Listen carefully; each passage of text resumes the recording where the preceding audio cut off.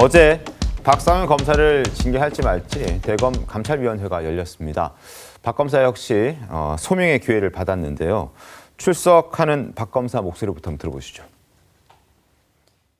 지금까지 감찰 혐의가 무엇인지, 그다음에 감찰 혐의가 몇 개인지 그런 것도 전혀 통보받은 바가 없고요.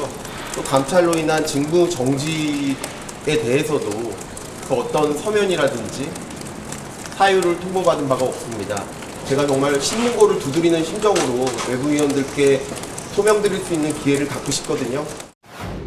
오늘 저에 대해서 최초로 혐의를 다 알려주셨어요. 제가 그 부분에 대해서 충분히 소명을 했습니다. 절차적으로 많은 보장을 받았다, 이런 생각을 할 수 있게 되었습니다. 자, 징계 심의 내용이 다음과 같습니다. 그래픽 준비했습니다. 함께 보시죠. 술을 반입했냐, 반복 소환했느냐, 외부 음식을 먹었느냐, 서민석 변호사 녹취록과 관련된 어떤 내용도 어떻게 된 거냐, 뭐 이런 부분들에 대해서 지금 심의 내용이 공개가 된 겁니다.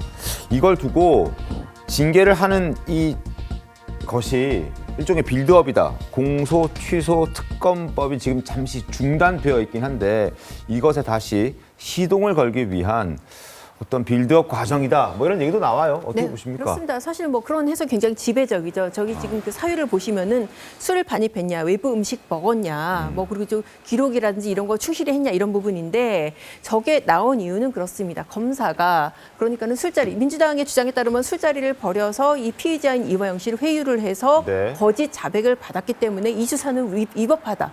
지금 그런 틀을 만들어서 결국 공소취소까지 가려는 그런 틀이 아닌가. 이제 그런 틀 안에서 박상용 검사를 이제 징계하겠다고 나선 것이고, 박상용 검사 지금 아까도 잠깐 얘기했지만은 본인은 어제 와서야 저 징계 사유에 대해서 처음 들었다는 거예요.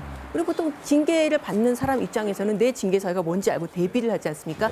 그런데 본인은 전혀 못 들었다는 거예요. 서울고검 TF에서 인권침해 여부를 조사를 했는데 그때 당시에도 문제의 그 연어 술자리 거기에 대해서는 정작 물어보지 않았고, 서류를 제가 이제 직접 얘기 물어보니까 키 정도 쌓아놓고 여기에 대해서 무슨 들어가는 시각, 나가는 시각, 뭐 조사 참여 이런 거 적었는지 굉장히 사소한 그런 부분에 대해서 물어보더라는 것이죠. 그래요? 그러니까는 지금 박상용 사업 생각에는 어차피 지금 뭐 청문회 과정에서도 그렇고 연어 술자리라는 거는 이게 검증이 안 되는 문제고 드러나지 않은 문제고, 결국은 사소한 어떤 서류 절차 미비라든지 당사자를 자주 부르는 부분이라든지 그런 부분이라도 문제 삼아서 결국 자기를 징계한 다음에 그거를 빌미로 해가지고 대통령 사건에 공소취소 시동을 거는 게 아니냐.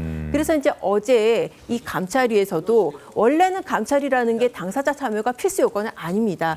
그렇지만은 뭐 부르면 올 수는 있죠. 그래서 혹시라도 불러줄까 하는 생각에 소환 통보 안 받았는데 무작정 대검 민원실에 가서 오후 2시부터 기다린 거예요. 한 40분 정도 그 정도 와가지고 기다리다가 3시간 넘게 기다리다 5시쯤에 이제 들어가서 본인 입장에 대해서 소명을 했고, 거기에 대해서 아까 지금 하는 얘기는 어쨌든 절차적인 기회를 줘서 고맙다라고 그렇게 하는 장면을 지금 보신 겁니다. 자, 징계를 만약에 내리게 된다면 그 징계를 최종적으로 결정하는 사람은 누굴까요? 화면 보시죠.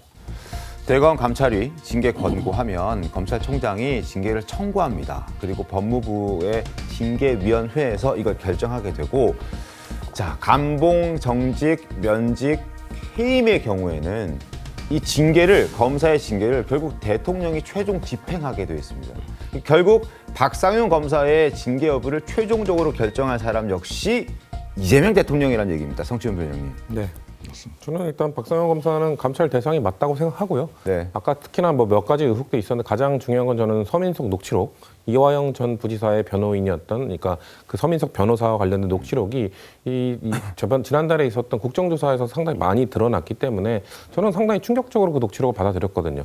왜냐하면 검사가 뭔가 그 피의자의 죄를, 그거는 뭐 거래하는 듯한 내용들이 막 담겨 있는, 그거는 덮어줄 테니까 그거에 대해서 계속 얘기를 해달라, 이런 식으로 하는 대화가 있다는 것 자체가 저는 앞으로 그런 얘기를 들은 국민들이 검찰이라는 조직을 신뢰할 수 있겠는가. 물론 그 녹취는 일부 편집된, 그러니까 아니요, 전 편집됐다고 생각하지 않습니다. 전체가 다 공개되지 않았습니다. 전체가 공개되지 않았지만 검찰에는 전체 녹취록을 다 갖고 있고요. 언론에 보도된 게 일부 편집된 거지 검찰에는 전체 녹취록을 다 갖고 있는 걸로 알고 있습니다. 서민석 변호사가 전체 녹취록을 제출했기 때문이죠. 그렇기 때문에 때문에 감찰을 할 때 이 사람이 정말 피의자에 대해서 부적절한 행동을 했는지 안 했는지는 검찰이 충분히 판단할 수 있을 만한 풀 녹취록을 갖고 있기 때문에 저는 그거에 대해서 뭐 일부 녹취록에 왜곡된 정보를 갖고 감찰과 징계를 할 거라고 생각하지 않습니다. 그렇기 때문에 충분히 감찰 대상이고 서민석 변호사와 관련된 녹취록 그거는 충분히 저는 진실을 밝혀야 된다고 생각을 하고요.